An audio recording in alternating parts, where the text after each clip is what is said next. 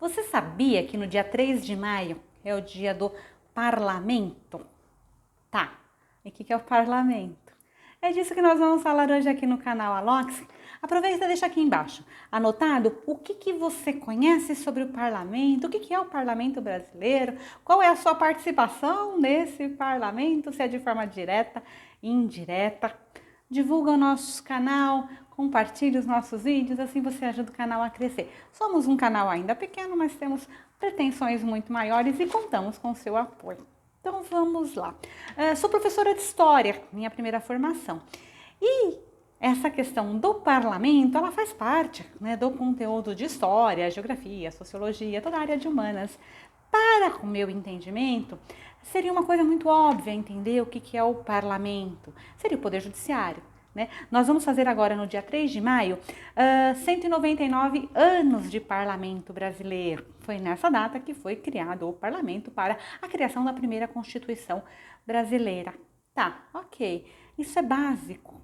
Porém, o que nós vemos na prática é que as pessoas não têm a menor noção o que é o parlamento, o que é o poder legislativo, muito menos o executivo, o judiciário. Isso é uma situação muito problemática, porque se a população não conhece as relações de poder que nós temos no país, elas até votam, elas até participam, mas elas não sabem o que cada uma faz, qual é a função de cada uma, como que ela vai entender o jogo político que se dá na sociedade.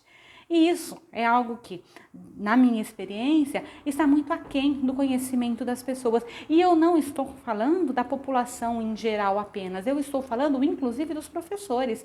Se você faz um questionamento sobre algumas questões do poder político, econômico, poder jurídico, quem é que é responsável por determinada função dentro da cidade, dentro do estado, muitas pessoas não vão saber e não sabem mesmo. Então, acredito que está na hora da população brasileira começar a se apropriar desses conceitos. E só há um jeito dela se apropriar desse conceito, é ela ir buscar informações. Ela já está fora da escola, ela precisa entender como que funciona a estrutura política, econômica e social brasileira. Só assim ela pode intervir de forma direta, sendo parte, né, do parlamento, sendo eleito ou participando das eleições, ou indireta, votando.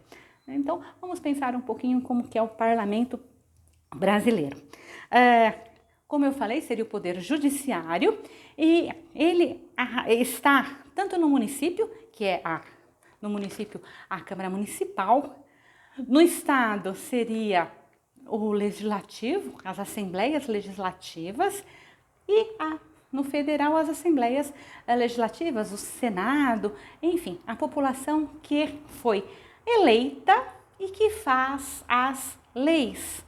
Ela só faz as leis? Não, ela também fiscaliza o poder executivo. Quem é o poder executivo? Prefeito no município, governador no estado, presidente no país. Então a função do parlamento é de fiscalização e de de fazer as leis, ou validar as leis, ou renovar as leis. Ok. Então, para que nós possamos votar no parlamento, ano que vem tem eleição para o parlamento, nós vamos votar, então, para deputados estaduais, federais. E aí, como que vai se dar essa eleição? Como que a gente escolhe um parlamentar que atenda aos nossos interesses ou aos nossos pensamentos? Por que a população brasileira se confunde muito nessa questão de votar? Porque ela não entende essa relação, né? Então, de que relação eu estou falando? Por exemplo, para você entender como que o parlamentar ele vai agir, você tem que conhecer como ele pensa. Como ele pensa não significa se ele seja uma pessoa íntegra ou não íntegra, se ele fale a verdade ou ele não fale a verdade. Não é isso. Lógico que a gente vai estar procurando uma pessoa íntegra, uma pessoa que fale a verdade, mas eu tenho que entender como que ele pensa. Então, por exemplo, eu acredito que a vida indígena tem que ser preservada, né? O que eu vou procurar? Alguém que também pense desta forma. Se eu acredito que Não, quem tem que ter a posse da Amazônia são os banqueiros. Eu vou pensar em votar em alguém que pense exatamente assim. Por quê? Porque as pessoas lá no parlamento vão fazer leis. Elas vão fazer leis de acordo com os interesses dela. Porque a sociedade é assim, ninguém faz uma lei que não atenda aos seus interesses. Não necessariamente que vai ser o seu interesse pessoal, mas aquilo que a pessoa acredita. Então, se você acredita em determinadas coisas, você precisa encontrar parlamentares que acreditam nas mesmas coisas que você. Então, essa pesquisa ela é importante. O parlamentar, ele não consegue fazer a lei sozinho. Ele precisa de assessoria jurídica. Porque fazer uma lei implica em uma redação jurídica. Então, o parlamentar, ele precisa de assessoria. Às vezes a gente vê as pessoas falar, mas o parlamentar não precisa de assessor, é muito assessor. Não estou nem questionando que é muito ou é pouco, mas uma pessoa sozinha, ela não consegue analisar os problemas da sociedade que ele comunga. Então, se ele é um banqueiro, ele comunga com os interesses do banqueiro. Se ele é um indigenista, ele comunga com os interesses dos indigenistas. E aí ele vai fazer lei a partir daquele prisma. E ele precisa de pessoas que façam essas leis, que analisem, que leiam, que façam essas reflexões para levar para a votação no parlamento, que pode ser aprovado ou não. Então aí começa a questão. Às vezes a gente vê algumas pessoas reclamando de uma situação municipal com o prefeito, ok, mas de uma situação municipal com o governador, não. Então, o que cada grupo vai estar definindo, regendo e decidindo, né? Se você está numa escola municipal, a quem você vai reclamar os problemas da escola?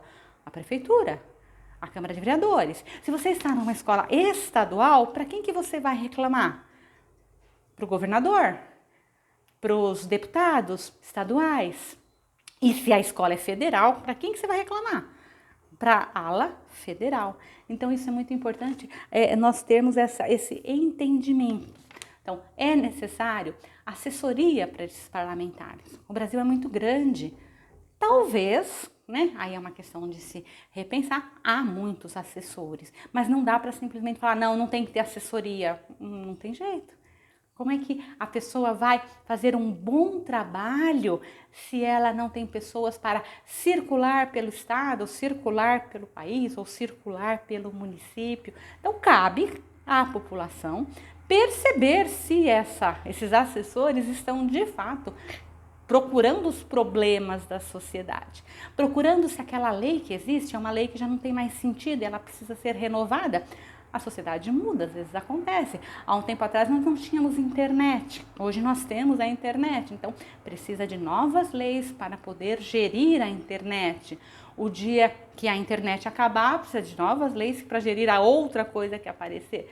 Então, esta situação de estar ligado ao que está acontecendo na sociedade faz parte do trabalho da assessoria dos parlamentares. Então, sim, é importante que a população conheça essa assessoria, conheça quem são essa assessoria e seja próximo, se você votou no determinado parlamentar, entender o que a assessoria está fazendo, ter contato, verificar quais são as leis que ele está votando para aprovar, porque não tem só a lei dele, né? Vamos dizer, tem 20 parlamentares numa cidade. Quais são as leis que o seu parlamentar está dizendo que está boa? Você concorda com aquilo? Se você não concorda, na próxima eleição, talvez ele não seja o seu candidato. Não, eu concordo. Eu acho que o que ele está defendendo é o que tem que ser. Então, talvez então ele vá continuar sendo, né, a pessoa que você vai eleger. É possível o parlamentar votar 100% naquilo que você pensa? É lógico que não. É impossível duas pessoas pensarem iguais durante todo o tempo. Não, provavelmente haverá uma outra situação que já uma discordância, mas é importante que essa discordância ela não seja um ponto crucial.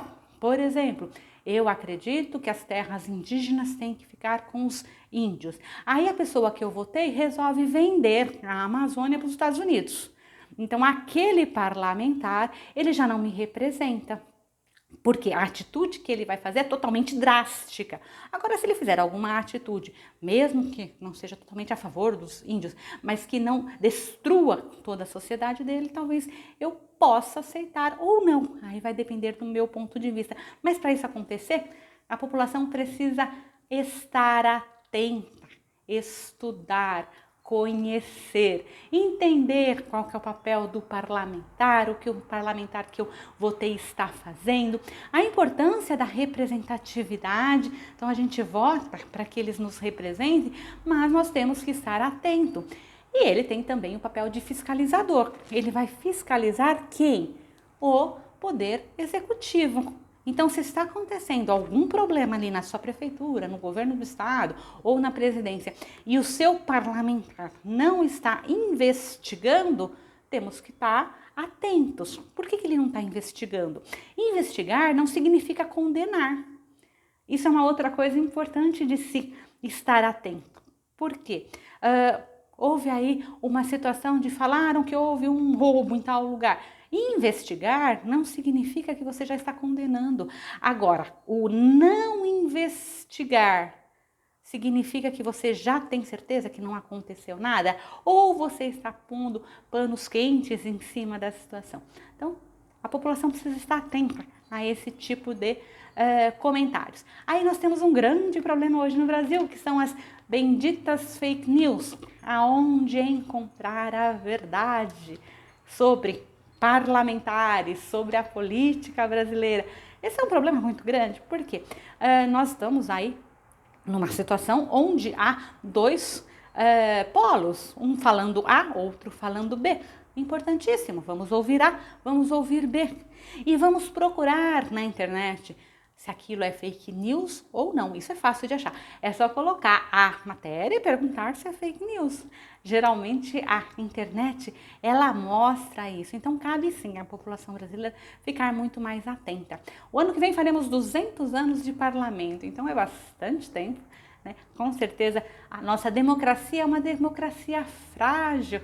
Né? Se nós formos contar quantos anos de democracia nós tivemos e quantos anos de ditadura nós tivemos, talvez nós estamos aí bem no meio termo. O Brasil precisa evoluir bastante dentro da democracia para que esses caráteres, esses conhecimentos políticos e democráticos sejam sistematizados na sociedade brasileira. Mas cabe sim, né? Cabe a cada um procurar entender, né? E procurar descobrir qual que é o papel do parlamento. Dentro desse processo todo, nós temos um outro órgão, que é o STF, que eu vou estar fazendo em breve um vídeo sobre, né? Por ser professora de história, eu acho que cabe aqui, sim, que é o Supremo Tribunal Federal, que tem um papel de quê? De garantir a Constituição, ele é o guardião da Constituição. Então, o que ele faz? Dentre, né, os poderes, ele não é um quarto poder, mas o papel dele é defender a Constituição brasileira. Então, se a Constituição, ela diz é isso que o STF vai fazer. Ele é composto de 11 pessoas e essas 11 pessoas, elas vão estar fazendo análises. E como nós sabemos, nem sempre as análises, elas são A mais B. Né? Existe a interpretação das pessoas, por isso que é importante ter um grupo grande. Então são 11 juristas extremamente conceituados que falam em nome da Constituição brasileira. Então é um órgão importante, que com certeza precisa ser respeitado. Né? Então vamos aí estar no dia 3 comemorando o Dia do Parlamento, respeitando as instituições democráticas brasileiras para construir um Brasil cada vez mais livre e independente. Ok? Aproveita, compartilha nosso vídeo, divulga, deixa seus comentários, o que você acha do parlamento e que tal nas próximas eleições você se candidatar ao parlamento brasileiro, ok? Te aguardo então para um próximo vídeo. Até mais!